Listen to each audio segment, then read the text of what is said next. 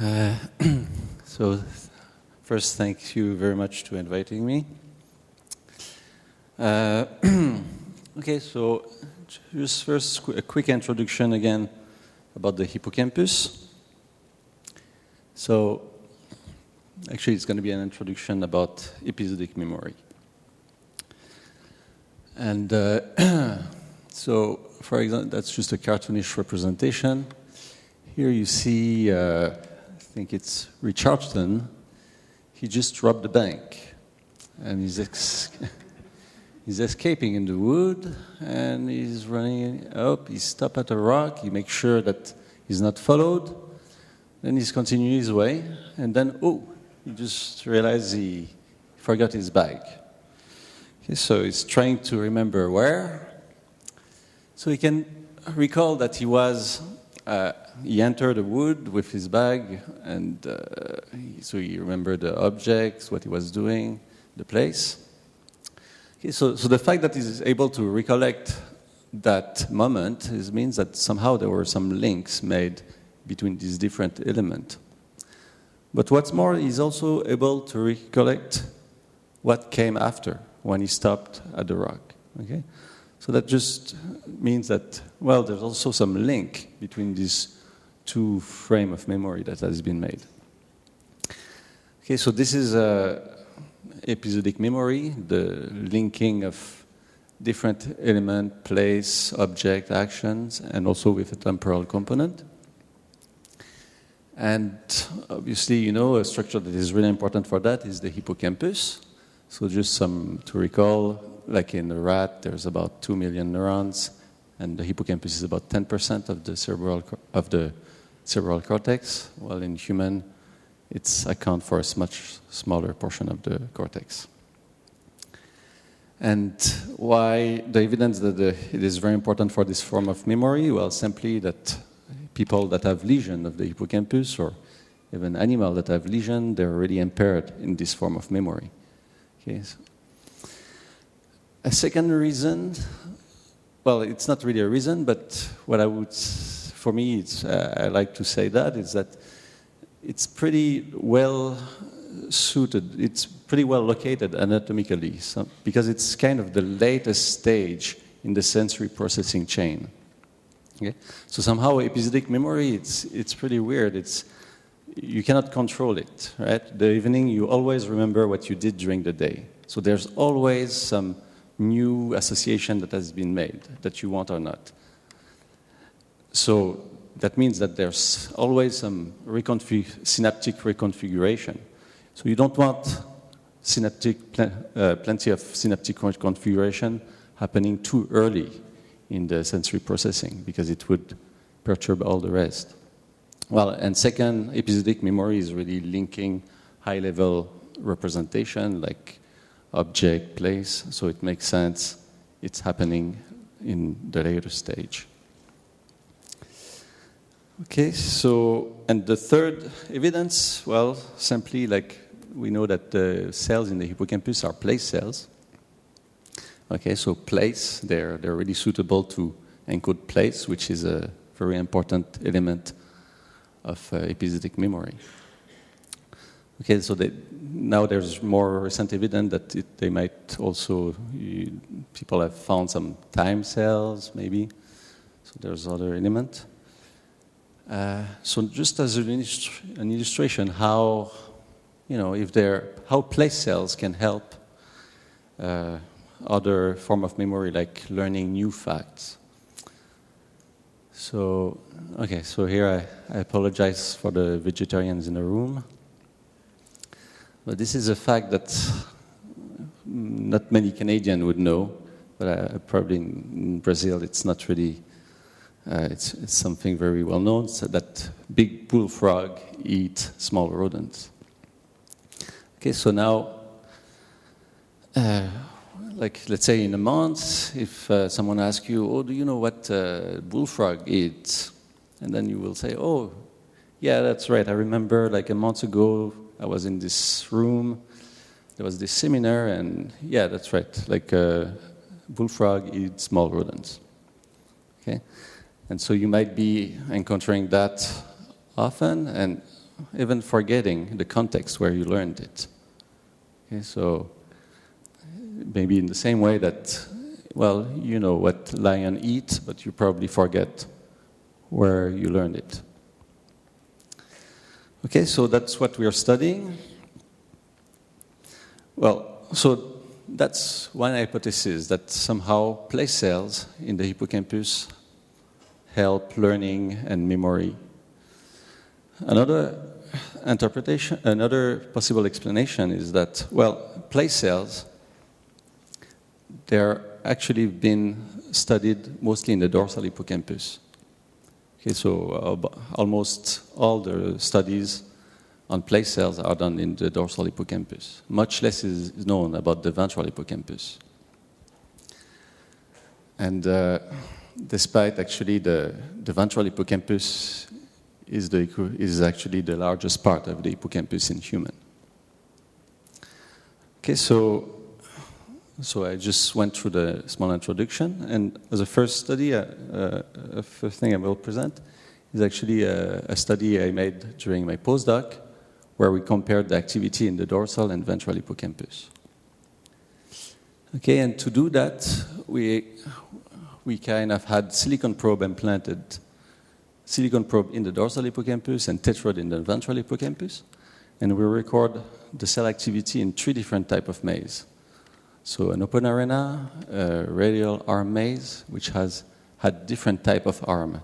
So you can see there are 2 open arms, so arms that have no walls. And the other arms had walls, but there were 3 black arms and 2 blue arms, and the floor texture were different as well. And we record also in the zigzag maze, so where the animal went in this zigzag pattern. Okay, and what we saw is that actually the activity is very different in the ventral and dorsal hippocampus. So in dorsal, as I mentioned, well, cells are place cells. So this is a place field in an open arena. Here in the radial arm maze, you see that cell. So here I divide the outbound direction of the trajectory and the inbound direction. Okay, and you see the cell is active actually in the same location of the maze in both directions. And it's only active in one arm in a particular position in the arm. And in the zigzag maze also there's only a single field. But when you look in the ventral hippocampus, well, you cannot really say that these are place cells in the open arena. And in the radial arm maze, well, one thing that is striking is that the cells are active in more than one arm, in multiple arms. And, well, we could see some cells that actually, maybe we can call them goal cell, we don't really know, but this cell, for example, is active in all the arm, but only in the outbound direction, when the animal goes towards the reward. And the cell is silent on the way back. Okay, and that's the same, that's a cell that is active as the animal leave the reward in either direction. Okay. And we saw also some cells that were encoding a particular type of arm, like this one. This is active in the open arm. Okay, just to quantify these, show you more cells about that. This is a representation of all the cells we recorded. So in this panel, you see each row is a different cell, and somehow the activity in each arm is are concatenated. Okay, so this is during the outbound direction, and this is during the inbound direction. Okay, and the fact that you see this pretty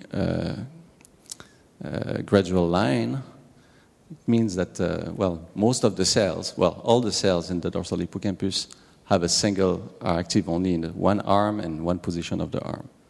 Okay, so that gives really the impression that dorsal hippocampus map all the space in the maze with place field. Well, if you do the same analysis with the ventral hippocampus, well, you see it looks really different. There's not this line, but you can see that these cells here, tend to be the one active in all the arms in the outbound direction and silent in the opposite direction, while these ones are active in actually mostly in the inbound direction. Okay, so those are examples of the cells here. And interestingly, we see the same activity in the ventral subiculum as in the ventral C3. Okay, and those are examples of cells that actually encode a certain type of arm. So this one is a cell that is active in the open arm. This one is mostly active in the 3 black arm. And this one as well. Okay, so, and again, just a quantification for the zigzag maze. The same here, like each row is the different cells. And you can see that this kind of line, meaning that most of the cells have only a single place field, and the position of the field map all the zigzag maze. Well, as I said, in the ventral hippocampus, what is striking is that somehow the activity is symmetric depending for both direction of travel. Okay, so for example, well, these are cells in the ventral subiculum. You can see that somehow when the rat goes this direction, the activity pattern already match the, somehow is reflected, mirror reflected by the other direction. And if you look at the population of cells, you can see it's really symmetric in average. Okay, so another thing, another difference we quantified is we tried to look if the rhythm of in dorsal and ventral hippocampus are the same. And well, we look it in the local field potential, and there was some difference, but now I'm just going to show how we look in individual cells. So a way to see if cells are rhythmic, one way to see that is you can build a spike autocorrelogram. So a spike autocorrelogram is just you look at the spike train of the cell, and you count all the possible spike interval between, and you kind of make a histogram of those. And if a cell is rhythmic like this one, well, you will have a higher count matching the interval between this rhythmic bump. Okay, and so you will see this kind of rhythmic pattern of bump in the spike autocorrelogram. So if you see that in one cell, that means that cell is theta rhythmic, oscillate at theta. Okay, so now if you represent the spike autocorrelogram in a color code in a single row for one cell, okay, and if you show all the cells spike autocorrelogram, so this is what you see for the pyramidal cells in the dorsal hippocampus and for the interneuron in the dorsal hippocampus. So you can see that most of the cells are theta rhythmic because you can see this red stripe here. Okay. So if you do the same in the ventral hippocampus, well, it's way less. Okay, so now, just as we were saying before, this is actually comparing the same condition while the animal is running in the maze. Okay, so somehow theta is, when the animal is running in the maze, theta is bigger in the dorsal hippocampus and smaller in the ventral hippocampus. That doesn't mean that theta doesn't exist in the ventral hippocampus. It's probably that in a different condition. Yeah? Aren't the firing rates much lower in the ventral hippocampus? So wouldn't that make it harder to see the rhythmicity?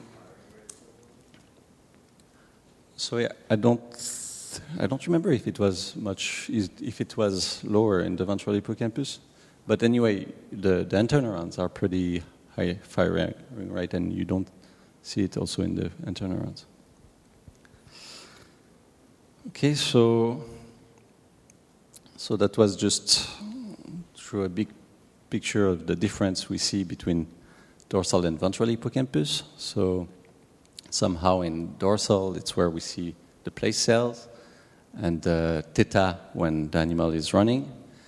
While in the ventral hippocampus, somehow theta has a different, is modulated by different factors. And so what it encodes, it's not really clear, but maybe a term that can summarize what we saw. Maybe it's the context, the situation. Like I'm going towards the reward, whatever place it is, or I'm in an exposed environment. I don't know. And so as I said, the interesting thing is that the ventral part of the hippocampus is actually correspond to the larger part of the hippocampus in humans. And if you heard about study in taxi, in London, taxi drivers where their hippocampus is a bit swollen because they use a lot their spatial navigation. Well, actually the part that is swollen is the tail of the hippocampus, which corresponds to the dorsal hippocampus. So that's kind of match that the dorsal hippocampus is more a spatial, for spatial encoding, while the ventral hippocampus is something else. Okay, so that was for this part. So now, I'm going to switch back to the dorsal hippocampus, and just to a question that, well, what are the place fields actually? What is that? How are they generated? Okay, so one of the hypotheses that has been suggested is that actually the place cells are made actually from a combination of grid cells. Okay, so grid cells is in the entorhinal cortex, which input in the hippocampus, and they have kind of multiple place fields arranged in a grid pattern. And well, maybe it was simple to imagine that place cells are made by just the right combination of grid cells that input to cells in the hippocampus. Okay, but the fact is it cannot be simply explained by that because, well, some manipulation that destroy grid cells, abolish grid cells, do not impair place cells. Okay, so for example, manipulation like lidocaine inactivation of the medial septum. It is known that after the lidocaine injection, you completely lose the grid pattern of grid cells. Okay, but it was shown that, well, place cells are still there. Okay, so it cannot be simply grid cell inputs. So what can it be? Can it be simply the cells are directly controlled by the environmental cue? Okay, that would make sense because that's a little bit how we define place. Like I'm here because that's my relation with these different objects. Okay, but it cannot be simply that either because it was shown, like for these cell these examples, well, you can have some prospective and retrospective coding in the hippocampus. For example, it was shown that cells like that have a place field in this arm of a plasmase, well, if you separate the true trajectory when the animal is going left versus right, okay, and you can see that the activity is selective here when the animal is going left. Okay, so in that arm, the environmental cue are the same for the rat when he's running. It's just his intention that is different. Okay, so in that case, it's clear it cannot be the environmental cue that control the cell activity. And the same for the retrospective cells. Okay, so that's what we're going to investigate now. And the first study I'm going to show is we're trying to see maybe, can it be, can the interneurons of the hippocampus have a kind of role for the place field? Okay, so to study that, the idea was like, well, we can try to optogenetically silence, suppress the activity of antineurons and see how the place fields are affected. Okay, so the method, so first for optogenetically silencing, suppressing the activity of antineurons, we developed a method to equip the silicon probe with tiny light guide. Okay, so the idea was so that we can, at the same time, record the activity of cells and send some light to suppress particular cells. Okay, so the idea was just to etch by dipping optical fiber in hydrofluoric acid and glue them on the shank of silicon probe. So here you see the optical fiber and the shank of the probe here. Okay, so and these are different model of what we would call optrodes. Okay, with either one optical fiber or multiple optical fiber, and even we could put 2 optical fiber on single shanks. Okay, and that's how you can achieve recording and photostimulation of cells that express channel rhodopsin. So you can see that as you shine the light in this sine wave pattern, you can see some spiking activity happening. You trigger some spiking activity, and this is selective to the shank that carry the light. Okay, so now to test the contribution of anterneuron, so we test 2 types of anterneurons, the PV expressing anterneurons and the somatostatin expressing anterneurons. So PV anterneurons are mostly basket cells that make inhibition at the level of the soma of pyramidal cells, while the somatostatin anterneurons are mostly OLM anterneurons that target the apical dendrite of pyramidal cells. Okay. So that's an example of when you have an optrode in a PV expressing mice. So now we're silencing the PV anterneuron. So what you see here is each panel is a PSTH, a peristimulus histogram of one cell around a 1 second pulse of light. Okay, and every cell is actually aligned to the shank they were recorded from. Okay, and you can see these cells here and here that are nicely silenced. Their activity is suppressed by the light pulse. And you can see other cells actually that show an increase of firing activity, probably because they were disinhibited by the light.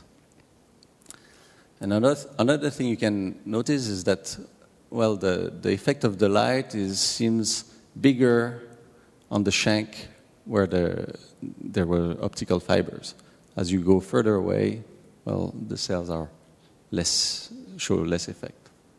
Okay, this is quantified here as well for like 800 cells. Okay, so that works. Okay, we can record plenty of pyramidal cells, silence specific population of anterneurons. So now we want to do that during place cell activity, right? But a problem is like these optrodes are pretty bulky. Okay, these experiments have to be done in mice, which are tiny, and they have to have in their hippocampus this bulky optrode.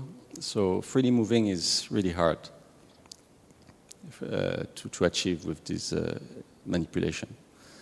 So the solution for that is actually to use head fixed preparation. So where an animal is head fixed. And well, how can you get place cells during in a head fixed preparation? So that's kind of what we developed. So this is a treadmill, but as you see, the belt of the treadmill is pretty long. It's actually up to 2 meters long. And on the treadmill, we attach several little cues.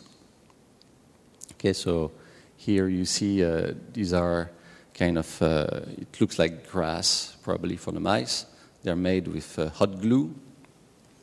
Okay, so we kind of create a landscape on the belt for the mouse. Okay, and now what you're going to see. So actually, maybe you can. Okay. So what you see here is the mice running on the belt, and at the same time, this arrow shows the position of the mice relative to the belt. So the mouse gets a reward whenever it's arrived here. You see it stop. You can maybe see it leaking. And here you see the activity of 2 pyramidal cells. Okay, so one is active here. So the other one is active here. Again, you can guess right away that there's a pattern, is that that cell is active always in this position, while the red cell is active kind of in this position.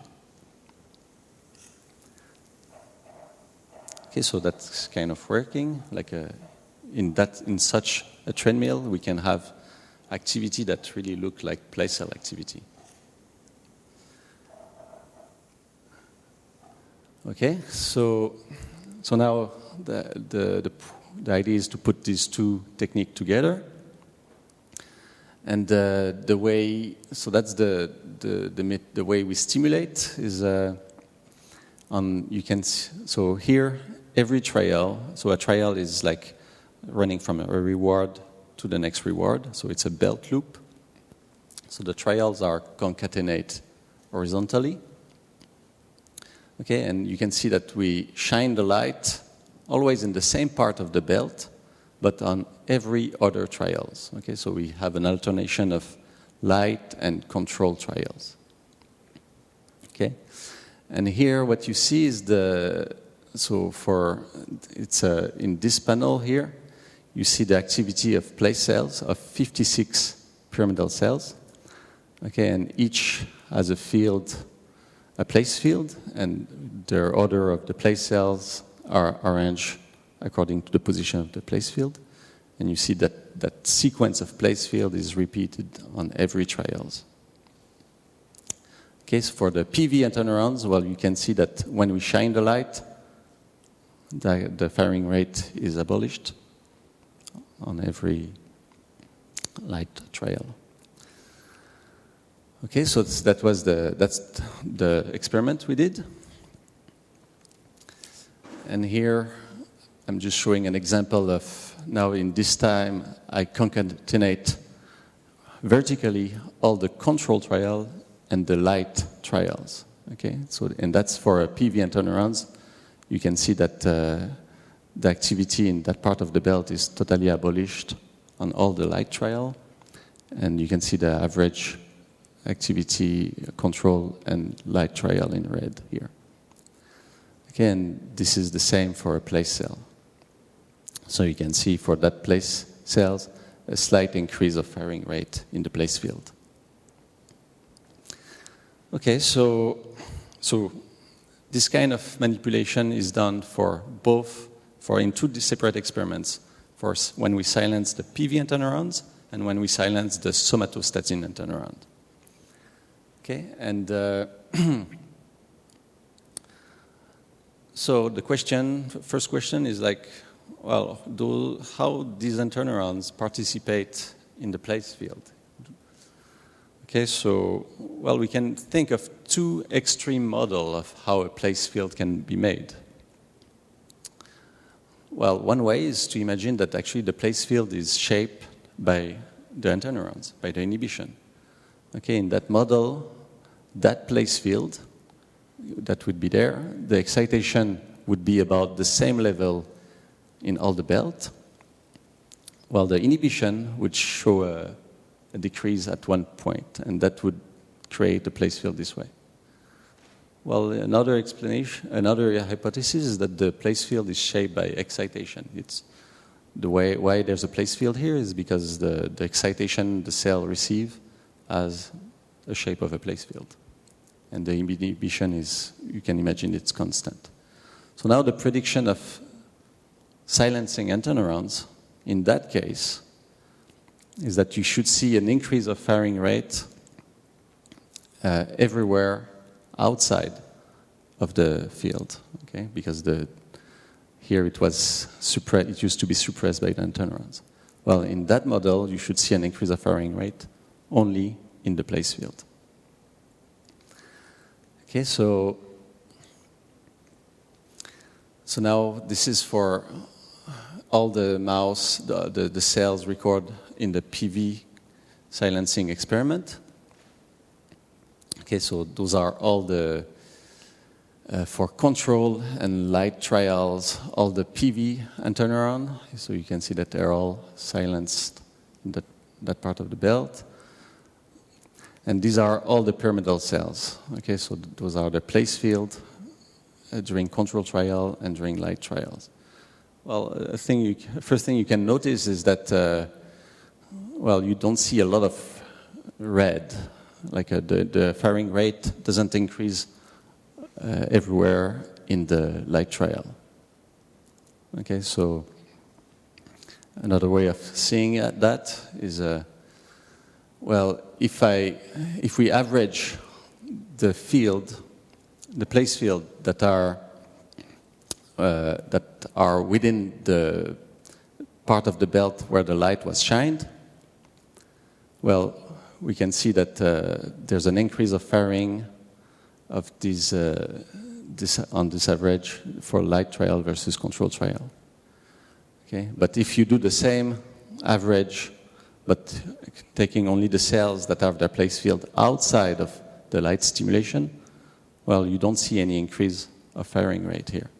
Okay, so this is true for the PV silencing and for the somatostatin silencing. Okay, so that means that this model is true, and actually that it means that these interneurons don't really seem to participate in making the place field. Okay, so place fields are probably a result of the excitation the cell receives. Okay, so, well, then what those interneurons are good for? So shortly, what we notice is that somehow the dendritic inhibition, so when we silence the somatostatin cells, well, the pyramidal cells tend to show more burst activity. Okay, so somehow we just collect all the different spiking events and count for each event, well, how many single spike, how many bursts of 2 spikes, how many bursts of 3 spike we could find. And we could see that during the light stimulation, there was a big increase in doublets, in triplets, and burst of 4 spike when the dendritic inhibition was removed. And that was a much bigger effect than when we silenced the somatic inhibition. Okay, so what about the...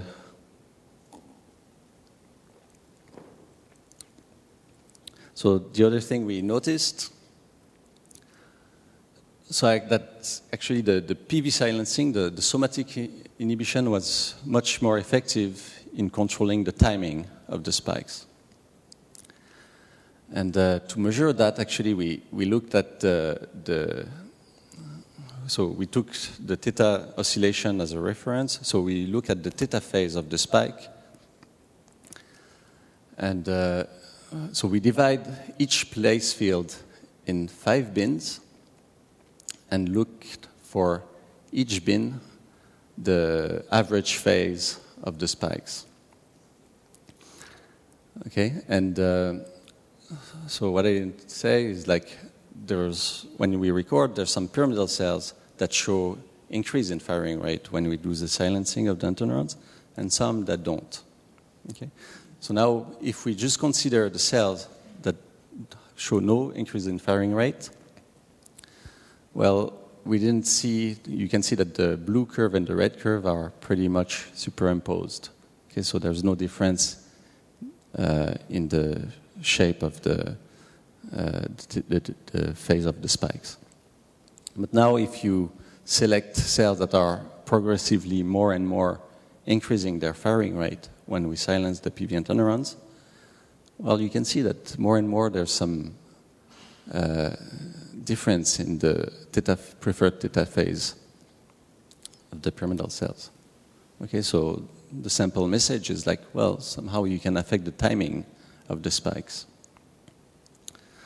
So that's the sample message. Another message is that, well, you can see that trend that Cameron and present before, is that in the beginning of the place field, the phase of the spikes tend to be late in the theta phase and tend to move earlier in the theta phase as you move further in the place field. Okay, so that's what we call the theta phase precession. So somehow, when we silence the PV interneurons, it changed the curve, the shape of the theta phase precession. But what you can see is that also, well, there's still some theta phase precession. Okay, there's still a progression from late to early theta phase throughout the place field. Okay, so, well, that just like go against some model that were suggesting that the PV interneurons were the source of originating this theta phase precession. So some model was actually predicting that when we silence PV interneurons, all the theta phase should be shift early. Okay, so so that was the work I did during my postdoc, and now I'm going to present what we've been doing in the lab. So as I said, well, it's still really unclear what is the factor that are critical for place cells. And a first study I'm going to show is like, well, we're going to study what's the effect of this object, the environmental cue. So somehow the treadmill was developed first so that we can study place cells and use easy optogenetics with these options. But another advantage of the treadmill is actually that it's a very well-controlled environment. Okay, we decide we have a really good control on the cues. Okay, so to test the impact of the cue, so that's the work of Tristan. What he did, he actually repeated some of the cues on the belt. So if you see, all the cues are actually in pairs. There's at least 2 of these cues on the belt. Okay, so what was visible is that, okay, when we record, we saw some cells that have single place field, as we were expecting.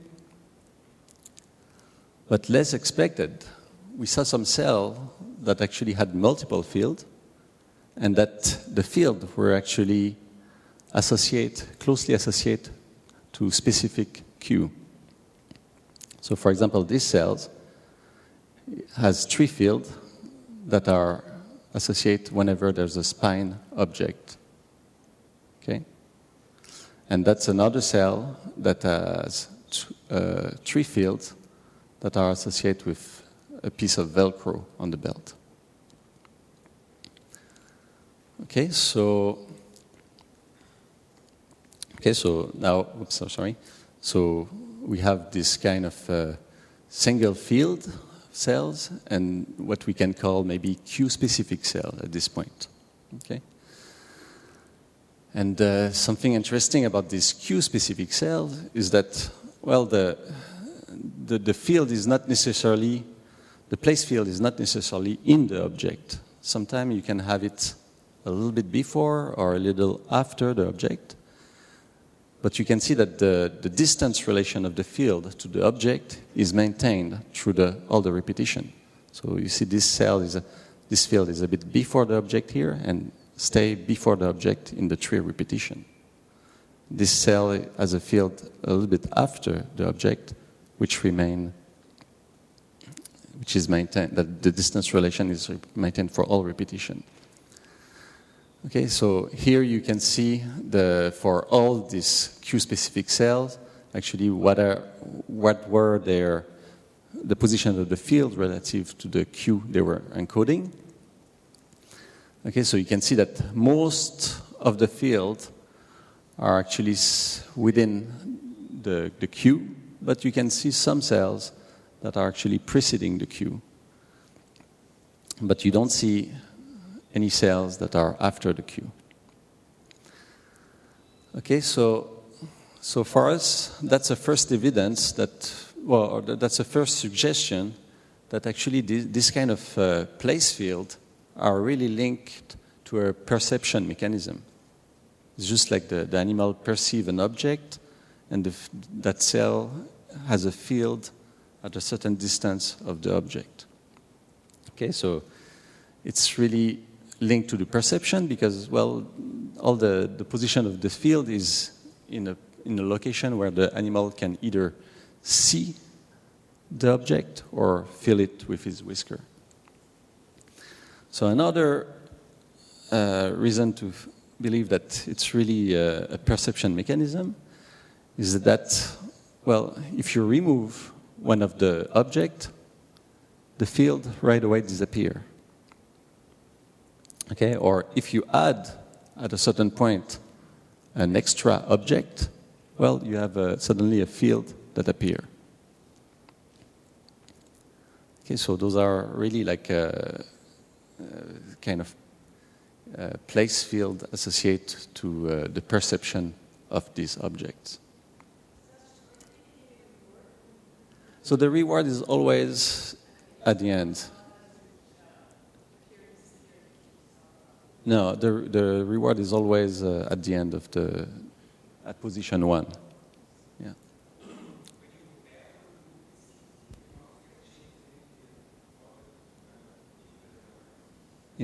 I don't hear.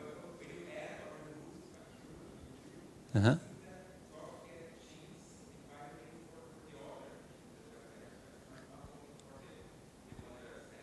Right. So we tried to quantify that, but it's not consistent in one direction or the other. But yeah, we notice there's something which I don't really understand yet.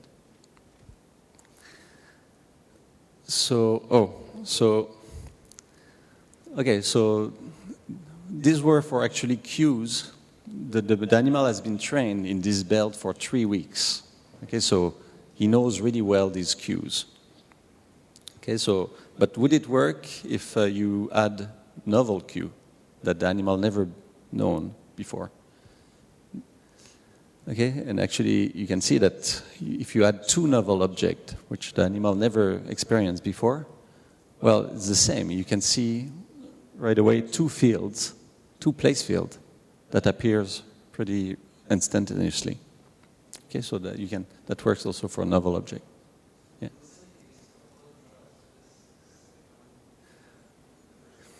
Yeah, it looks like, but okay, if you look at so that's kind of averaging all the cells we have.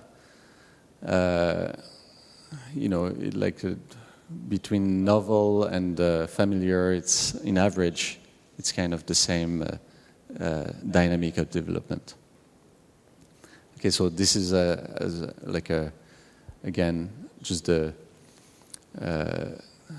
when we remove a cue, in average, the firing rate drop pretty right away.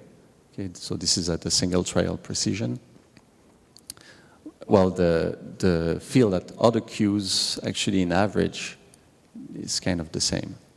And when you add a cue, it's within 1 trial it appears, and the field at the previous object is kind of maintained.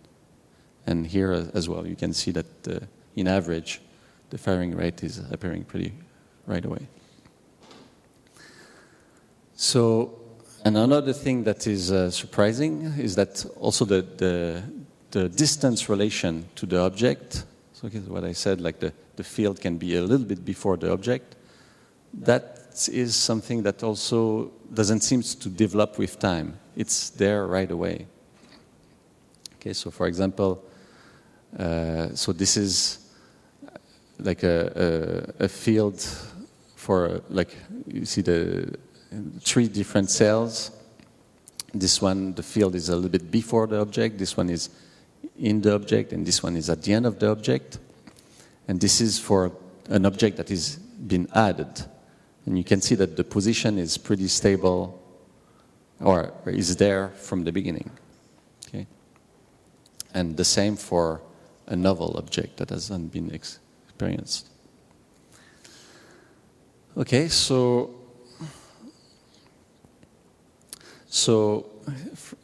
that points out that it's really something like linked with the perception of the object. And what we think is, well, it might be coming from direct input to CA1 from the entorhinal cortex. And the reason to believe that is that actually we don't see much of this Q-specific cell in CA3. Okay, if you see here, so I just remind, like in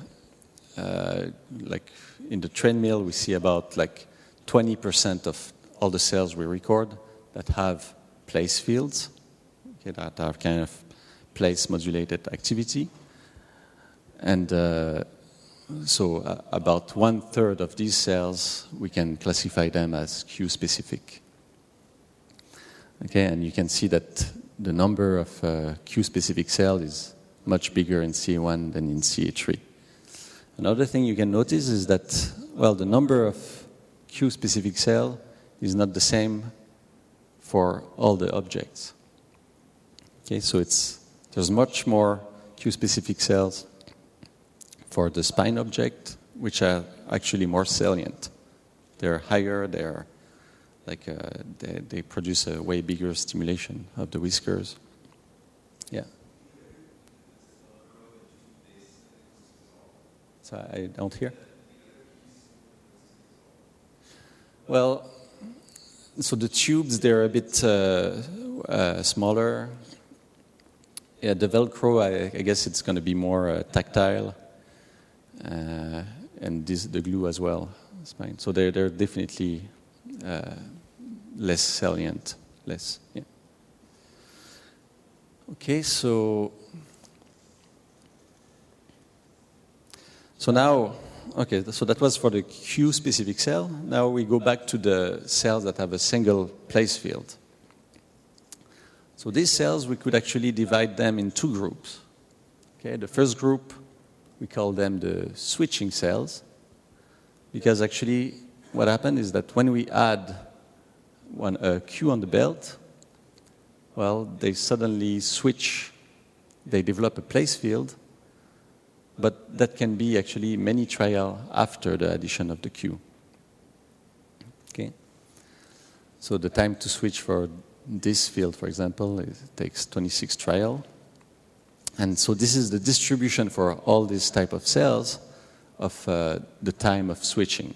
So you can see that a large proportion of these cells, it's right away from like the addition of the Q, they develop the field.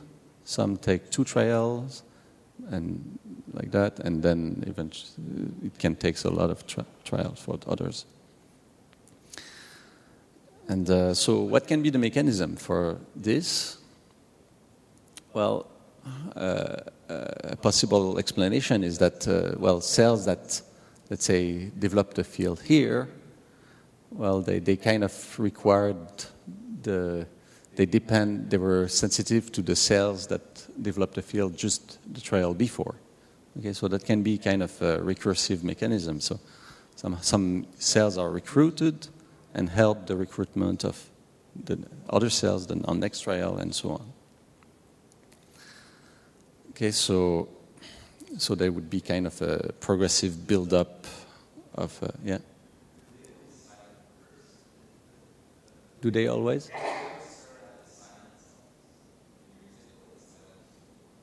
Well, I mean, that's the way we classify them as a switching cell, because they were silent and they suddenly develop a field. Yeah.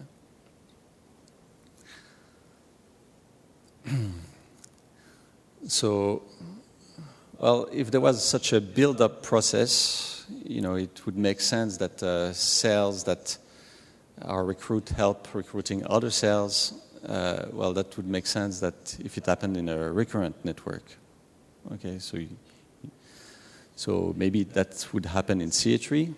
And, well, what would be consistent with this is that we see also those cells in CA3, and somehow so this is a cumulative histogram of this distribution.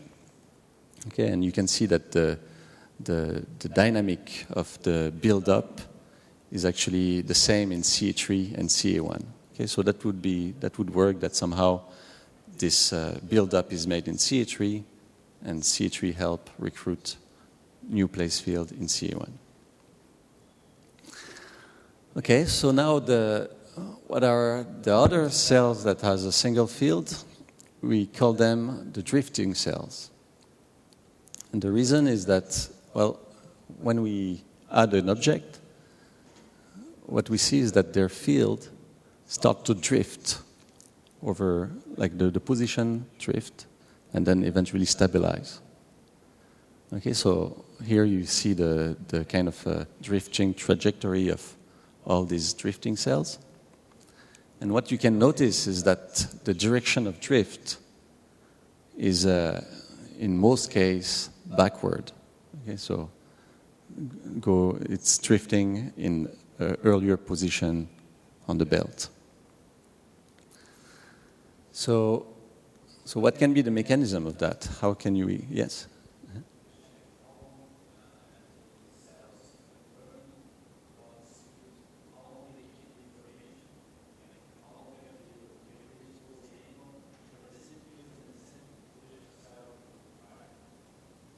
So how long?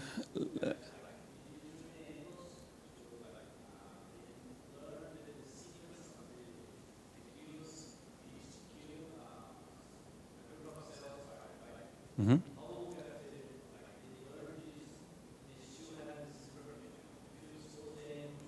Mm.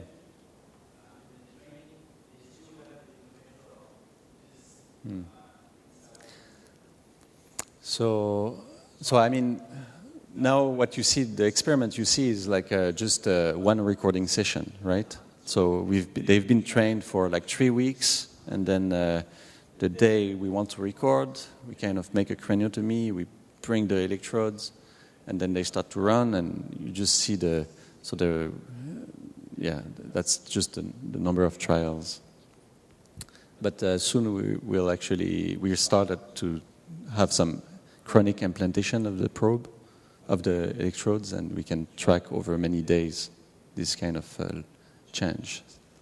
Yeah. I think so. So, from what I saw, they're pretty stable. The what?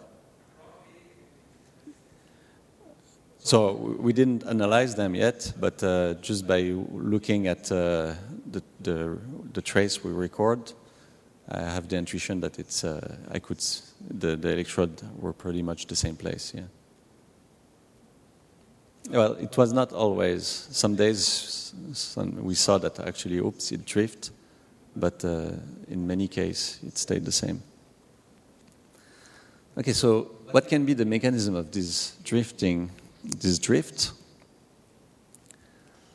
Well, this is a bit analogous to what people have seen, like Mayank Mehta, for example. They report during the first minutes of when you put a rat in a maze, and somehow the cell are the first few trial of in a new environment. There's a kind of a backward shift or a change of the shape of the place field. That there's more, the spikes move a bit to a backward position. Okay, and the way they explain it was maybe it's a combination of two phenomena. One is the spike time dependent plasticity. Okay, spike time dependent plasticity says that, well, if the postsynaptic cells spike just, so the presynaptic cells should be triggered just a bit before the spike of the postsynaptic cells. In that condition, the synapse between these two cells will be potentiated. But in the other condition, if the postsynaptic cell spikes is before the presynaptic cells activity, then you're going to have depression. Okay? So you have this kind of synaptic plasticity rule. And the second phenomenon is, the theta phase precession that I will re-explain here. Okay, so now if you have a place field here, and if you look at the spike of that place field within the theta cycle, that it's known that somehow the spikes at the beginning of the field start late in the theta cycle and move earlier throughout the place field. Okay, so now since other cells do the same, if you look within a single theta cycle, well, you will see that you will see that the ordering of the cell activity, the spike of the cell, is reflect the sequence of the place field. So now, if you look in you take the green cell as a reference. For that green cell, you can see that the spike of the orange cell are actually following the green cells. Okay, so imagine that the orange and the blue cells make synapse on the green cell. Well, that means here that the presynaptic spikes follow the postsynaptic one. Okay, presynaptic spike following postsynaptic one. We're in the case where there's long-term depression. Okay, so in that case, you should have LTD, while in the other case, you should have LTP. Okay, so you should get this, a reinforcement of that synapse and a decrease of this synapse. Okay, and this mechanism, well, can explain that. That's the drive of. The drive of the excitatory drive of the green cells is moved backward. Okay, so of course this cannot happen in CA1, but it can happen in a recurrent network again, for example, in CA3. Okay, so now the last question is, we have these different type of cells, okay, the Q-specific, the switching cells, and the drifting cells. Are they located in the same location in CA1?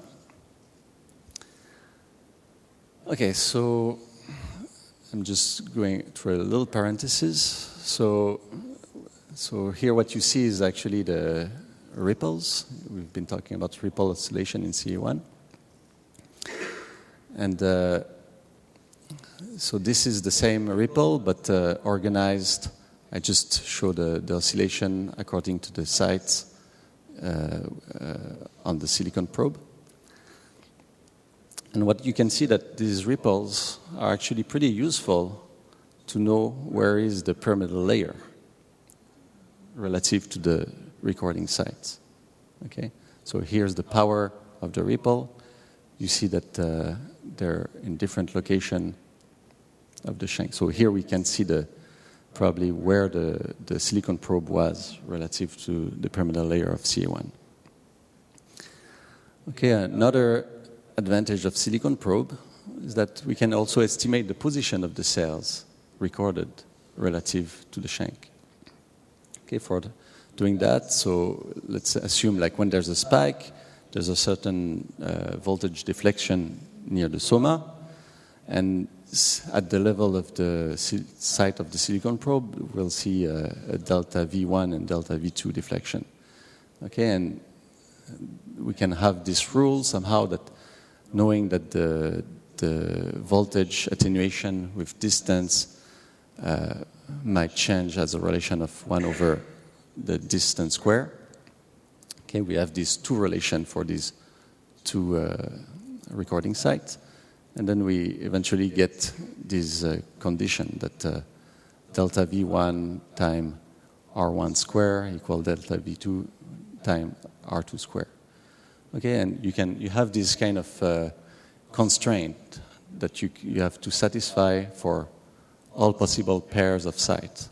Okay, and so you can just estimate for a volume of pixels around the shank.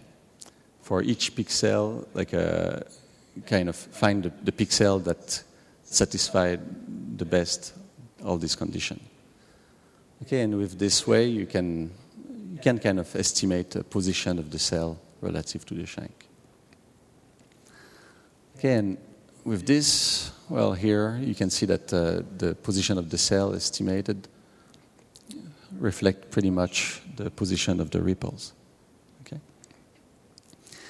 and so using this approach, what we saw is that, well, actually there was a difference in the depth within the pyramidal layer of the different cell type. Okay, so the Q-specific and the switching cell were actually located in what we call the deep layer of the pyramidal cell. So this is the deep, and this is more superficial in the convention of the hippocampus. While the drifting cells were more located in more superficial area. Okay, and so that kind of go along with like many other differences that are start to be known, that there's difference in gene expression between the superficial and deep layer. There's a difference of somehow it seems the deep cells in deep layer are more bursty and they're more modulated by cortical slow waves. And there's also like a difference in local circuitry, it seems. Okay, so that's the summary for that part. So somehow we found different type of cells, Q-specific switching and drifting cells. They're kind of segregated within the pyramidal layer. And what is interesting is that they have also different temporal dynamic. The Q-specific cells are, very linked to perception, and so it means like when you go to a new environment, your first play cells will probably be these kind of relying on this mechanism, and then through learning you will have other type of place field formed. Okay, and that's the time I have left. Yeah, okay. So I kind of have a little time to go through the last part, which is, so this time we didn't play with the cues, but we played with the position of the reward.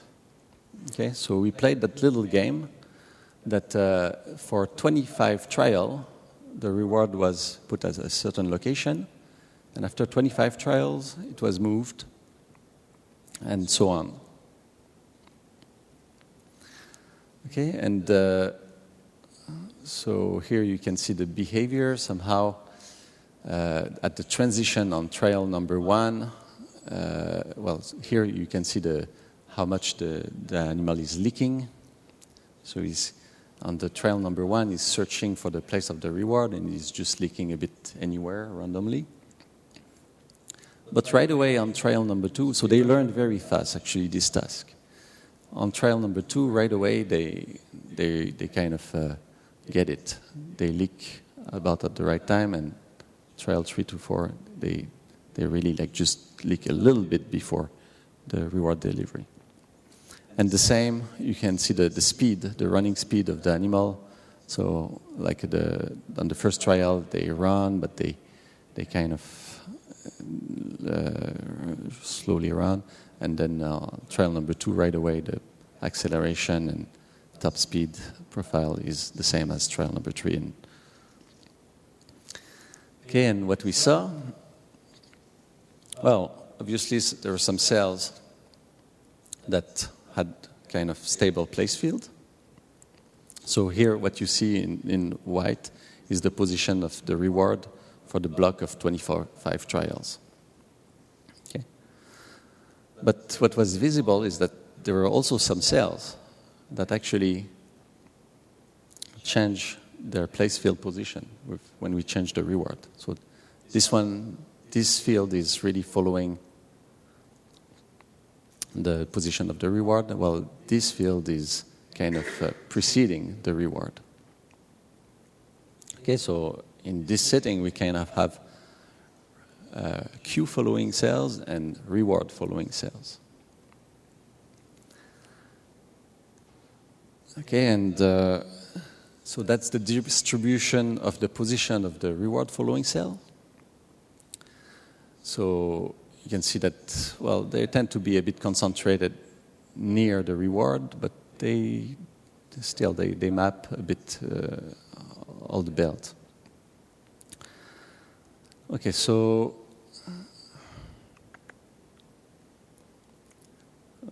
and so what can be the mechanism of how can you have a sequence of cell that encode the distance to the reward? Okay, so the previous kind of place field sequence I was showing, they're easy to explain. They kind of reflect the sequence of cue. But here, this sequence of cells is totally independent of the cue. So what is important to know is that actually the animal can make this task, learn the position of the reward, even if you have no cues on the belt. Okay, they're as good. Okay, and so on the belt without cue, obviously, like all the cells were actually reward following. Okay, here we just show we have a kind of an index of how much the cell is following the reward when we change the reward location, and how much these cells that are not there, but would be the one following the cues of the belt. Okay, so when there's no cue, obviously all the cells are reward following. Now, when we look at the belt with cue, well, you can see that in CA1, well, most of the cells are actually start following the cues, but there's still some that follow the reward. Well, in CA3, well, actually there's still more cells that follow the reward. Okay, so somehow there's more reward following cells in CA3. So how can we explain, as I said, this sequence of cells following the reward? Well, what is special about CA3 is what we know is this strong recurrent collateral. Okay, and one way to discharge in sequence, or to explain that a cell be reward following cells and be, let's say, discharging at the middle of the belt, well, the way to think is that it's been driven by the cells preceding it. Okay, and that would be possible in CA3 because of this big collateral. Okay, so for example, here I just picture in red that's maybe the input from the cue, let's say directly from the internal cortex, and somehow there's we don't know really what is that, but this is the change of reward location, and what you see here is like when we change the reward location, well, CA3, because of this strong collateral, might be able to follow the reward and have these reward following cells linked together. While CA1, well, actually might be more controlled by the internal cortex inputs that are sending the cue. Oops, sorry. Okay, that's why there's only that cell that was received maybe a bigger input from CA3 that kind of followed the change of the reward location. Okay, so that can be an explanation, and that would, well, when you have a belt that has no cue, well, then you don't have the cue input, so both CA3 cells and CA1 cells follow the reward location. I'm gonna finish here. So, okay, that's a summary. So, when we change the reward locations, somehow CA1 cells mostly follow the cues, while CA3 cells mostly follow the reward. And that might be allowed by the strong recurrent collateral of CA3. And maybe that has some importance for CA3 to encode trajectory leading to the reward. Okay, so here are the people that I worked with in Genera Farm. And so Yuri Buzaki was my supervisor. And these are the people in my lab. So Tristan did experiments about manipulating the cue, while Julie was doing the change of reward location. Thank you.